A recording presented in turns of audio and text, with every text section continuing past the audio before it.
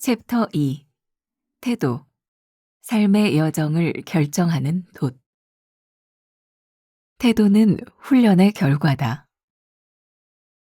잠언 11장 19절부터 20절. 공의를 굳게 지키는 자는 생명에 이르고 악을 따르는 자는 사망에 이르느니라. 마음이 굽은 자는 여호와께 미움을 받아도 행위가 온전한 자는 그의 기뻐하심을 받느니라. 태도는 선과 악을 선택하는 훈련의 결과입니다. 공의를 굳게 지키는 자는 생명에 이르고 악을 따르는 자는 사망에 이르느니라. 마음이 굽은 자는 여호와께 미움을 받아도 행위가 온전한 자는 그의 기뻐하심을 받느니라 라는 말씀은 선택에 따라 다른 결과를 얻게 됨을 보여줍니다. 우리가 어떤 것을 구하며 찾느냐에 따라 우리에게 임하는 것이 생명이 될 수도 있고 사망이 될 수도 있습니다. 즉, 태도는 환경의 문제가 아니라 선택의 문제입니다. 어떤 훈련을 받을지 선택하십시오. 아버지의 심장, 아버지의 눈, 아버지의 마음을 가지고 이 세상을 보기로 작정하고 훈련해야 합니다. 아버지와 늘 함께했던 큰아들은 아버지의 눈을 갖지 못했습니다. 돌아온 탕자를 보고 기뻐하는 아버지의 마음을 보지 못하므로 큰아들은 분노했고 마음의 상처를 받았습니다. 누군가의 잔치에서 함께 기뻐해야 할 자리에서 당신은 어떤 사람입니까? 자기 삶에서 일어나는 일들을 즐길 준비가 되어 있습니까? 너무 바쁘게 살다 보니 우리를 향한 하나님의 놀라운 계획들을 감지하지 못한 채 살아가고 있지는 않습니까? 우리는 성공을 향해 달려가지만 막상 성공을 손에 넣으면 별것 없습니다. 위대한 인생은 그곳을 향해 가는 동안 좋은 것을 보고 감사하며 달려가는 것입니다. 그렇게 살아가기로, 그렇게 삶을 훈련하기로 결심하십시오. 나는 축복의 자리에서 함께 기뻐하기를 선택합니까? 내 삶의 모든 일을 감사 프로그램으로 해석하고 즐기고 있습니까? 절망적인 상황에서도 오히려 하나님의 승리를 선포합니까? 오늘은 38번째 말씀입니다. 태도는 훈련의 결과다. 우리가 지난 며칠 동안 계속해서 이제 태도에 대한 문제들을 많이 다루고 있죠. 사실 우리의 삶을 바꾸어주는 가장 중요한 요인 가운데 하나는 환경에 대한 문제가 아니라 우리의 태도에 대한 문제일 때가 참 많습니다. 이건 어떤 심리학자들을 통하여 오랜 동안 리서치한 결과를 통해서도 나타나는 일이죠. 똑같은 빈민가에서 태어난 아이들의 삶이 달라질 수 있는, 결과가 달라질 수 있는 이유 가운데 하나는 바로 태도의 문제이기 때문입니다. 모든 사람들이 동일한 환경에서 동일한 결과를 얻지 못한다는 이유, 바로 태도에 달린 문제입니다. 오늘 제목의 태도는 훈련의 결과다. 우리들이 어떤 생각, 어떤 훈련을 하느냐에 따라 우리의 태도가 결정되고 더 중요한 것은 우리의 태도가 우리의 삶을 결정한다는 사실입니다. 첫 번째 문단이 이렇게 되어 있어요. 태도는 선과 악을 선택하는 훈련의 결과입니다. 조금 말이 어려운가요? 우리들의 삶에서 내가 선한 쪽에 설 것인가 악한 쪽에 설 것인가 이것이 훈련되어지면 이것이 우리들의 삶의 태도로 자리 잡는다는 거예요. 그래서 태도가 우리들의 삶에 자리 잡기 위해서는 훈련의 기간들이 필요한 거죠. 제가 스케이트를 배울 때 우리 교인 중에 유일하게 저한테 소리를 지르고 막 말을 한 사람이 저에게 스케이트를 가르쳐준 스케이트 감독, 우리 교회 권사님입니다. 제가 스케이트를 타고 이렇게 이제 배워가지고 쫙 이렇게 코너를 이렇게 돌 때면 여러분들이 이제 TV나 이런 방송을 통해서 보셨겠지만 쇼트랙을 돌 때 이 날이 이렇게 안을 타고 멋지게 싹 들어와야 되는데 저는 처음에 이 날이 자꾸 바깥을 향해요. 그러니까 코너링도 잘 되지 않을 뿐만 아니라 또 이게 중심을 잃고 쓰러지게 되는 수도 있고 또 멋이 없어요. 그래서 선생님이 저에게 늘 했던 얘기가 목사님 논바닥에서 타던 습관을 버리세요. 이런 얘기를 많이 했어요. 제가 어렸을 때 그냥 이렇게 논바닥에서 스케이트를 배웠던 그 습관이 제 안에 있었기 때문에 그 습관을 바꾸라는 거였어요. 사실 레슨을 받고 처음 기초를 배우는 것보다 잘못된 습관을 바꾸는 게 훨씬 더 어려운 일입니다. 오늘 이 태도의 문제가 오늘 말씀을 듣는 분들 중에 미안하지만 나이가 든 사람일수록 우리의 태도를 바꾸는 일이 결코 쉽지 않습니다. 왜냐하면 우리들의 삶의 습관이 우리들에게 고집이 되어 있기 때문에 그래요. 고통이 따릅니다. 그러나 이 태도, 습관을 바꾸지 않는다면 우리들에게 올바른 태도가 만들어지지 않고 올바른 태도가 만들어지지 않으면 우리들의 삶이 바뀌지 않기 때문입니다. 오늘 본문 말씀이 그렇게 되어 있죠.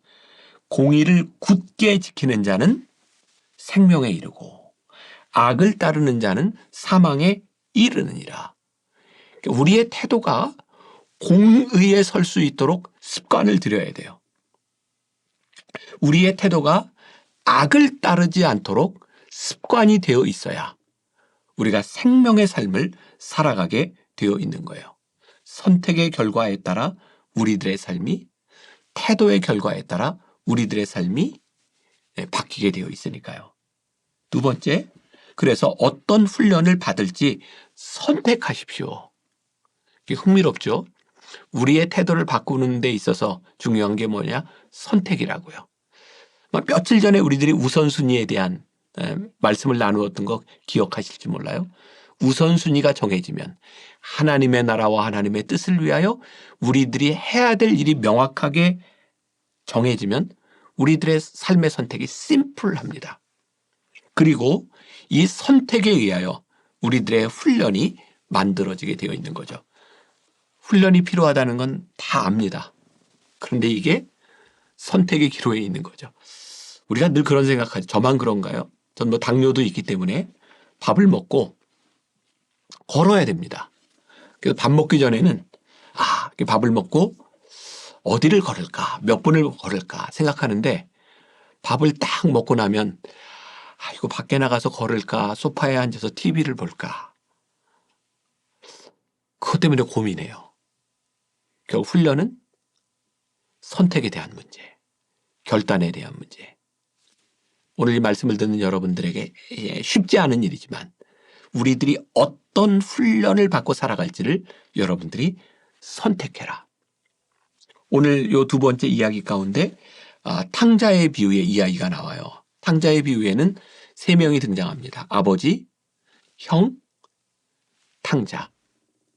우리는 그동안 이 이야기의 주인공을 이렇게 탕자로 많이 생각했던 것 같아요. 아니면은 아버지, 탕자를 기다리는 아버지의 마음, 혹은 아버지를 떠나갔던 그러나 회개하고 돌아오는 구원받은 탕자에 대한 이야기. 그런데 이 돌아온 탕자에 대한 이야기를 요즘은 굉장히 좀 다르게 해석을 하죠. 주인공이 아버지나 돌아온 탕자가 아니라 형, 우리가 별로 신경 쓰지 않았던 형에 초점을 많이 둡니다. 오늘 이 비유를 말씀하셨던 예수님의 이유는 가만히 생각해 보니까 아버지나 돌아온 탕자보다는 아버지의 마음을 몰랐던 형에 초점을 두고 있는 것 같아요. 왜냐하면 예수님이 많은 논쟁 가운데 바리새인들을 향해서 하나님 아버지의 마음이 어떤 것인지를 가르쳐주고 싶으셨는데 그 가르쳐주고 싶으셨던 사람들이 누구냐면 바로 형이었던 거예요. 아버지와 함께 먹고 자고 삶을 살았지만 아버지의 마음을 알려는 훈련이 되어 있지 않았을 때 그 형은 끝까지 아버지의 마음을 모르죠. 아버지의 슬픔이 있을 때도 슬퍼하지 않았고 아버지의 기쁨이 있을 때도 그 형은 기뻐하지 않았어요. 오히려 자기 동생이 돌아와서 잔치를 베풀어주는 아버지의 모습을 바라보며 화가 났어요. 예수님께서 말씀하고 싶으셨던 것은 바로 이 형에 대한 부분이었던 것 같아요. 바리새인들과 사두개인들, 율법자들을 향해서 얘들아, 이 형처럼 아버지의 마음을 모르면 아버지의 기쁨에 참여할 수 없느니라. 너희가 아버지의 기쁨을 아는 사람이 되었으면 좋겠구나. 훈련, 어떤 훈련? 우리가 선택해야 될 훈련이 무엇이라고요? 아버지의 마음을 알기 위해서 우리들이 훈련하기 시작할 때, 아버지의 마음이 우리들에게 느껴지기 시작할 때 우리는 비로소 사명자의 삶을 살게 되는 거예요. 오늘 하루를 지나가는 우리들에게 그런 도전이 있었으면 좋겠습니다. 하나님, 내가 만나는 저 사람 가운데, 내가 만나는 이 환경 가운데 하나님의 마음이 어디에 있는지를 고민하게 하시고 하나님의 마음을 알기 위해 훈련하는 나의 삶이 되게 하여 주옵소서. 그때 하나님의 마음이 우리 가운데 들어오게 될 때 우리의 태도가 어떻게 바뀔까요? 하나님의 마음을 아는 사람의 태도로 바뀌어져요. 하나님의 마음을 아는 사람의 태도로 바뀌어지면 우리들의 삶의 결과가 어떻게 나타날까요?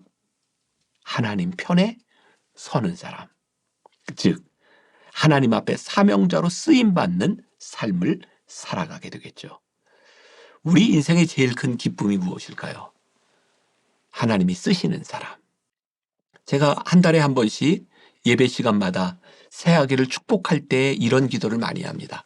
우리 만나교인들은 제 기도가 잘 기억나지 않는 분들이 많을 거예요.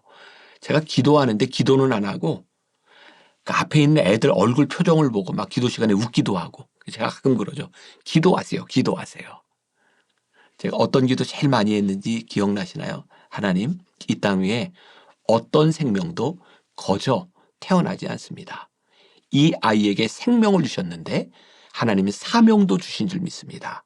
사명을 이루는 귀한 자녀 되게 하여 주옵소서. 우리의 인생의 가장 큰 기쁨, 하나님의 사명을 이루는 인생이 아니겠는가. 마지막 문단, 자기 삶에서 일어나는 일들을 즐길 준비가 되어 있습니까?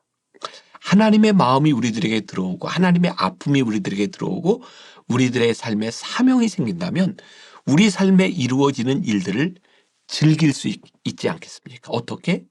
하나님이 우리들에게 보게 하신 일.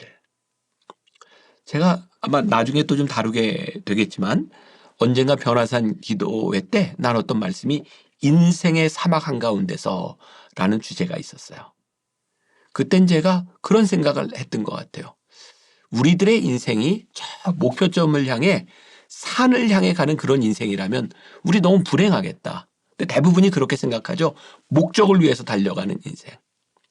산 위 정상에 우리들이 머무는 시간은 그렇게 길지 않아요. 정상에 올라가면 도시락 하나 까먹고 내려와야 되는 거예요. 우리가 이렇게 정상에 올라갔다 내려오는 게 우리 인생일까? 그때 제가 우리 인생의 사막 한가운데서 어떤 생각을 하게 됐냐면 우리의 삶은 저 정상을 향해 가는 것이 아니라 인생의 사막 한가운데서 주님과 함께 동행하는. 그래서 사막을 걷는 사람에게는 제일 필요한 게 나침반이에요. 그 방향을 향해 갈 수 있는 사람. 그리고 그 이야기 가운데 제가 이런 말을 했던 기억이 나요. 사막을 지나가려면 사막을 피해가는 것이 아니라 사막 깊숙이 들어가십시오. 누구와 함께? 주님과 함께. 사막을 걷는 것은 힘든 일이에요. 그러나 우리들이 주와 함께 그 길을 갈 수 있는 거예요. 유진 피터슨이 그 길을 걸으라 라고 하는 책에서 멋진 얘기를 하죠. 제가 이 말은 여러 번 인용한 적이 있어요. 천국을 향해 가고 있는 사람에게는 지금 걷고 있는 그 길이 천국입니다. 우리가 어떤 태도로 어떻게 훈련을 받고 살아가느냐에 따라 우리의 인생이 달라지는 거예요. 우리 함께 이 길을 잘 걸어가는 하루, 우리들에게 주어진 삶을 즐길 수 있는, 기쁨을 맛볼 수 있는 하루가 되기를 주님의 이름으로 간절히 축원합니다. 기도하겠습니다. 오늘도 우리가 하나님의 마음을 아는 훈련된 인생을 살아가기를 원합니다. 아니, 하나님의 마음을 알기 위해 노력하는 인생이 되기를 원합니다. 그러면 우리의 태도가, 우리들의 삶이 하나님 편에 서지 않겠습니까? 우리 사랑하는 성도들, 오늘 하나님 편에서 승리하는 하루가 되게 하여 주옵소서. 예수님의 이름으로 기도했습니다. 아멘. 메마른 영혼을 찾으시는 음성, 따스한 숨결로 시선으로 내 이름을 부르시네. 시린 세상 속에 홀로 서 있던 나, 비로소 느끼네. 그의 손이 항상 나를 붙드셨네. 보이지 않는 손, 날 이끄시는 힘, 전능자의 능력, 하나님의 손길. 내 능력이 아닌 오직 하나님의 능력, 그의 손으로, 그의 손으로 인도하네.